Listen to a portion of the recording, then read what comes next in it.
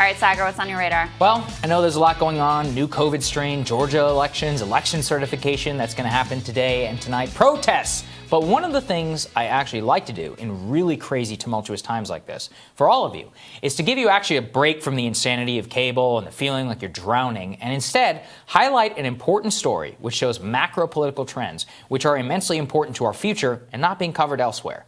Today, I'm going to focus on China and Joe Biden.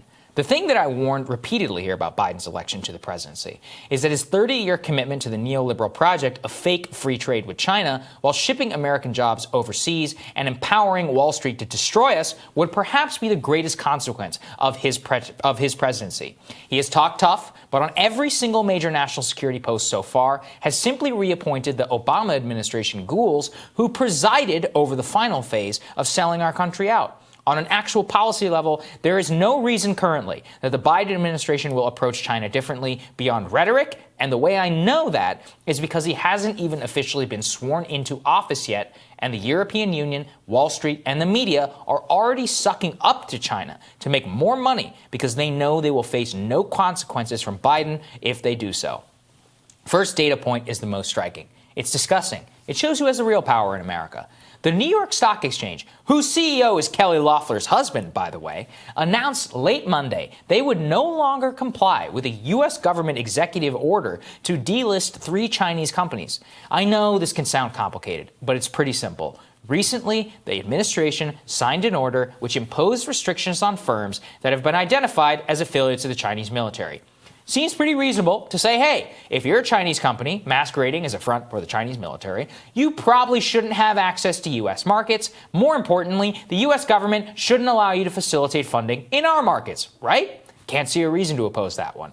Well, the New York Stock Exchange was all set to comply, but then all of a sudden, they just decided, no, we're not gonna. That's it. Literally, they're openly defying the White House, the Treasury Department, and regulators, saying, quote, at this time, the issuers will continue to be listed and traded on the New York Stock Exchange. Why? Well, the Chinese Ministry of Commerce strongly protested the executive order with the threat, saying, quote, this kind of abuse and national security and state power to suppress Chinese firms does not comply with market rules and violates market logic. Amazing. Go find me U.S. defense firms listed on Chinese markets. When they allow that, without stealing our stuff, then maybe we can consider it. Until then, pound sand. But no, because our markets are ruled by greedy traders, they snap too, and they did their bidding.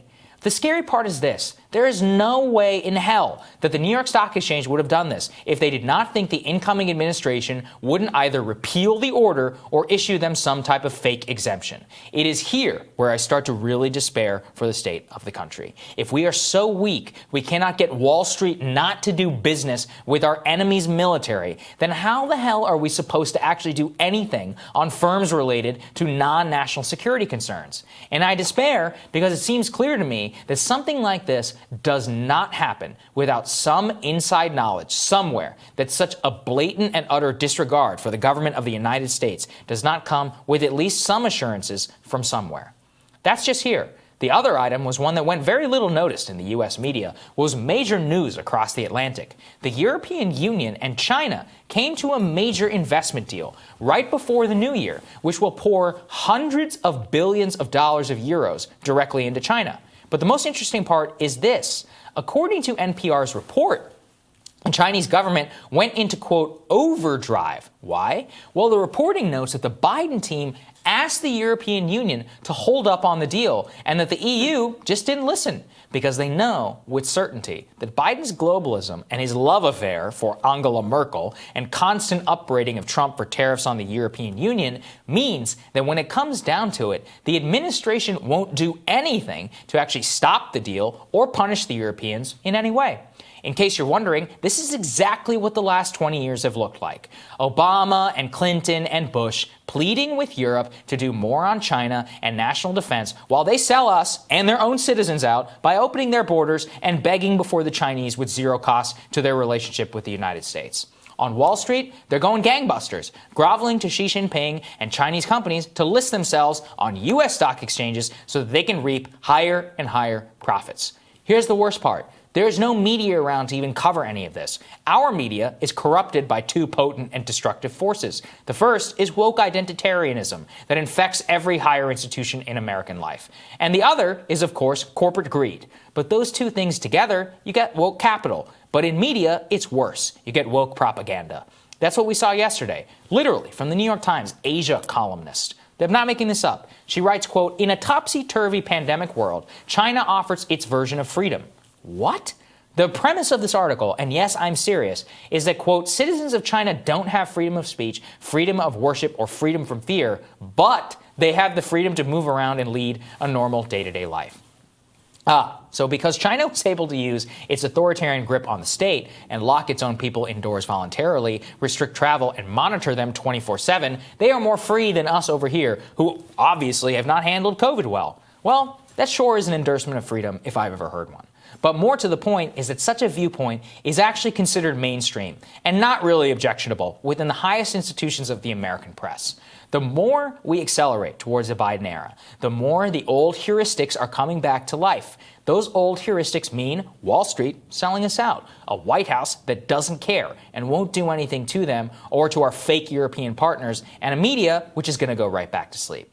Going back to sleep for all of these institutions means that they will make more money than they ever have. But it also means that this country and its people will continue a slow slide to mediocrity. My only hope is that we arrest that slide as soon as possible. But given how awful our politics are, I really doubt it. Welcome to the next 4 years, everybody.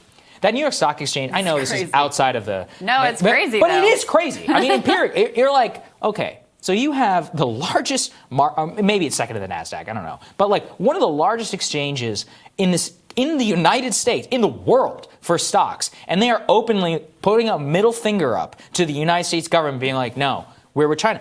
I mean, theoretically, we could shut them down. We could seize their assets. You could hit them with all sorts of Department of Commerce and SEC regulations. But they know we're not going to do it. Mm-hmm. They just know. So they're like, no, screw you.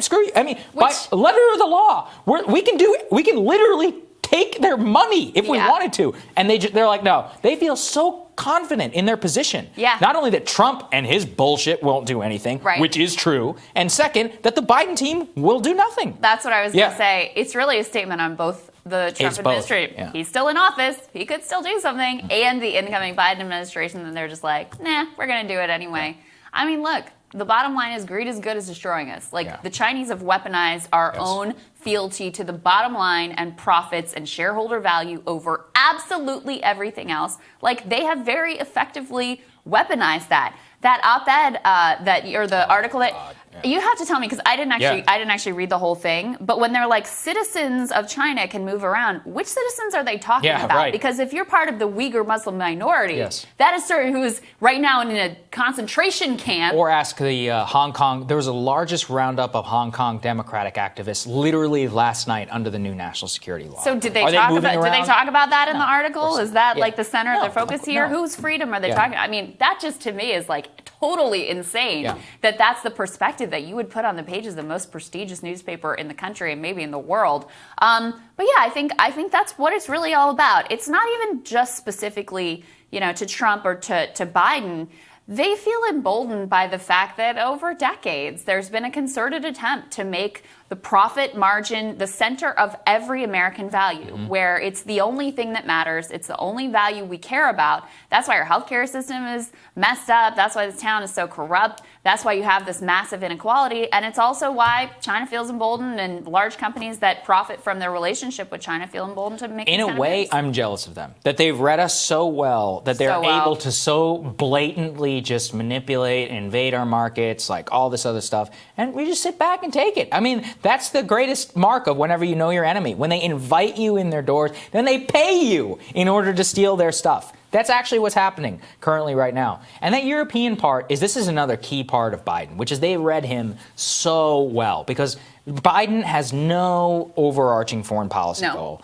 Zero. He's like, I like Angela. She was nice to me when I was the vice president. And same with Macron or whatever. And Macron and Angela Merkel need to bail out their own failing countries. So they're like, oh yeah, let's get more China, neoliberalism, European Union, try and save this failed project as much as we can, but subsidizing it with Chinese yen. And even the Biden team reached out to them, being like, please don't do it. And they held up a middle finger. They're like, no, we're not going to do that. Well, here's the problem. It's amazing. And this is something we've also talked about, is how there's actually weird similarities between Trump and Biden in their approach to politics and foreign policy, because they're both very relationship-based. That makes you really easy to manipulate. Which is what's happening. That's exactly what's happening. So if you don't have your own core principles that you're like, no, what you're asking, even though you're my friend and I like you, what you're asking me to do is in violation of these principles, then when people are nice to you and they flatter you, and, you know, in Trump's case in Saudi Arabia, they project your image on the side of a building or whatever, then it's very easy for you to get talked into whatever they want you to do, because